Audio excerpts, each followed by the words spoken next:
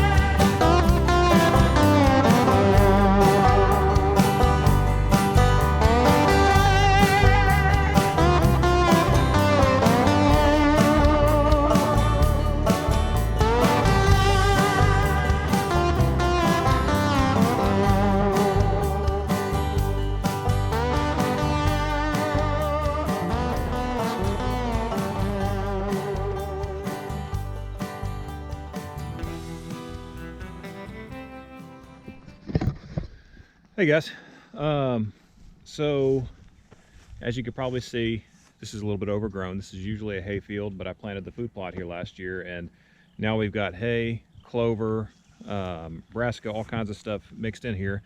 And I'm trying to keep it under control because this part's not really great hay ground. It's really hard to get to, and more than anything, I just wanted to kind of show off the Ventrac a little bit.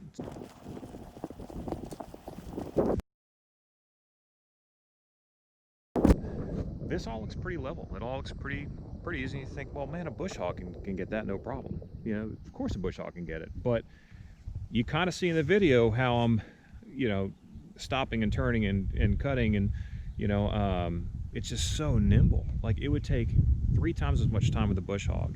And then with a tractor, you have to be really careful about things like this. This is a washout. This happens on big open fields. There's a lot of rain. Water will come through here from other fields to go to the lake. And, when this grass is tall, you don't see that. And I'm telling you right now, that hole will flip a tractor any day of the week. So anyway, I'm going to go ahead and cut this side here. And I'll just video that and let you see what that looks like. And, again, every machine should do 2 things. It should save you time, which is invaluable, you can't replace. And it should bring safety to the equation, because if it doesn't do those 2 things, you really need to question whether you need to buy it.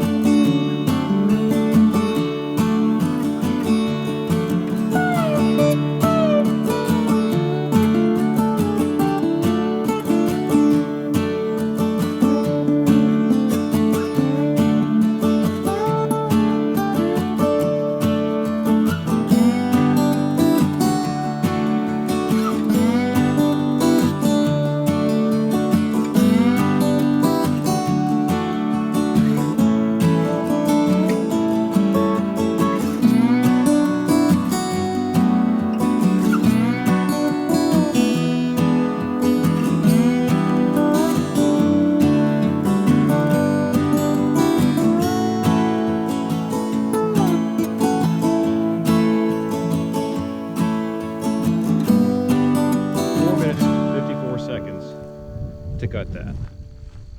Wow. This machine is sitting on this hill. I'm sure I have it on the video where you can see the machine kind of flexing and just contouring the ground, but you know, if you're in a tractor, look at this hole. If you're in a tractor, that could send you over.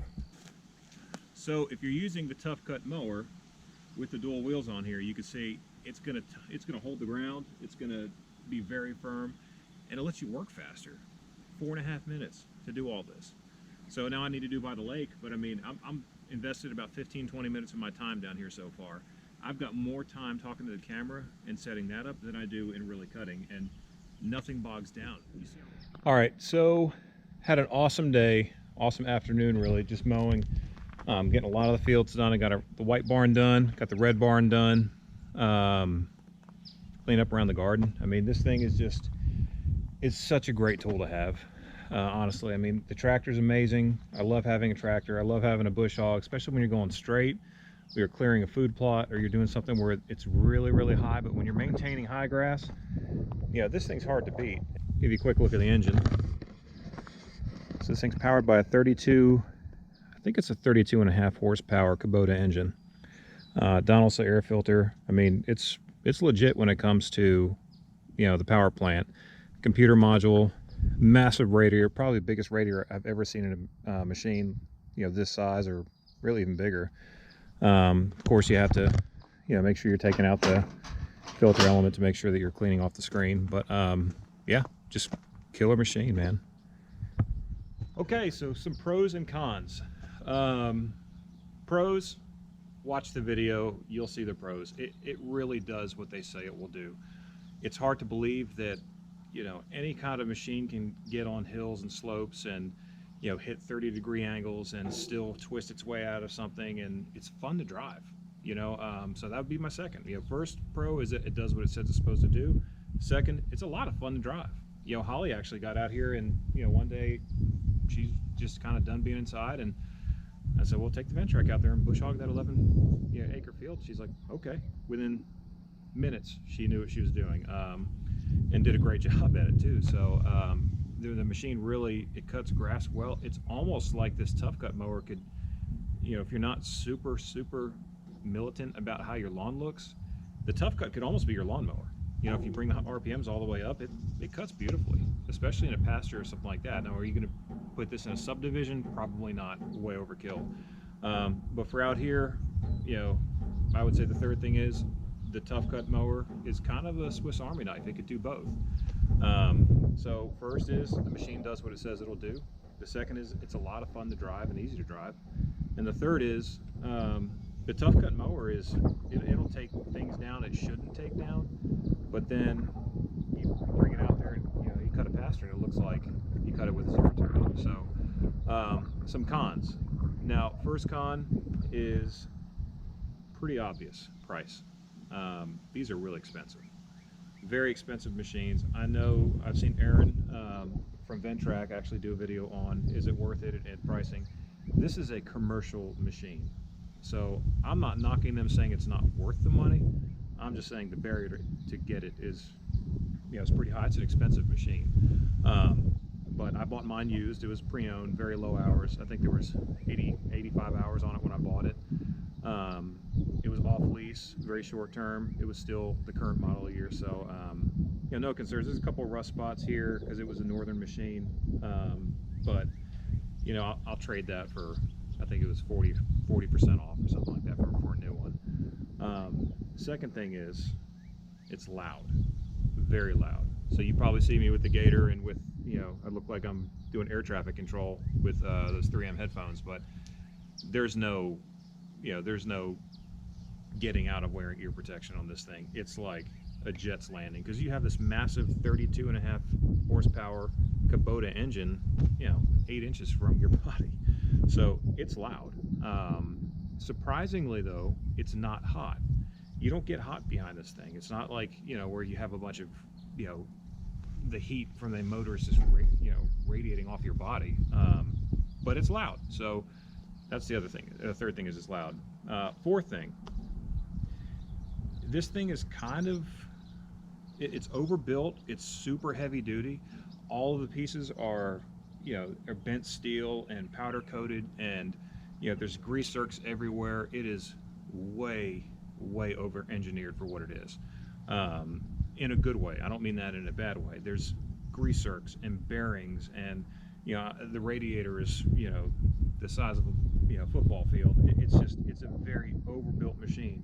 However, one of the cons I would say is that to get to the engine compartment or really do service on it, or even get some of the zerks, you have to have a big Allen key to take panels off, which to me is kind of like, I like in a car, you pull the hood and pops the hood and you check the oil and pop it back down, you're done. This thing, you have some disassembly to do some just regular maintenance and checking on things, and then you have to reassemble and then get back to work. Now, I haven't changed attachments out. This is still relatively new to me. So for me, this was all about, again, going back to save time, be safer. And if I could accomplish those two things with it, it's worth every penny that I paid for it. And there's a lot of flexibility with this machine, so I'd kind of put that in the pro column. This isn't just a lawn mower, it's not just a bush hog.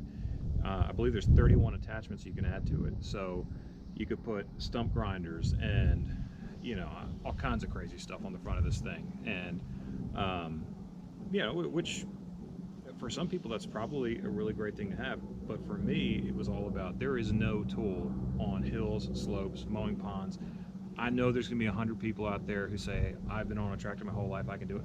I haven't. So if you could do it, God bless you. But for me, I don't feel safe on a lot of these hills on my tractor. I have weighted tires. I keep the loader low. I keep all the implements low. It's very well ballasted. It's a great machine, built well. The tires are wider, spaced out appropriately. You still get that pucker factor when you get on a hill and just wondering if a coyote or prairie dog or something dug a hole and you're just gonna hit that thing. And I'm not gonna risk that for what I can get a used machine for. And my life is more valuable than this machine, and that's kind of the way I look at it. But anyway, hope you enjoyed the video, and if you like these videos, subscribe, comment, do all the things that we ask you to do. So we appreciate it. Thank you. Camp David out.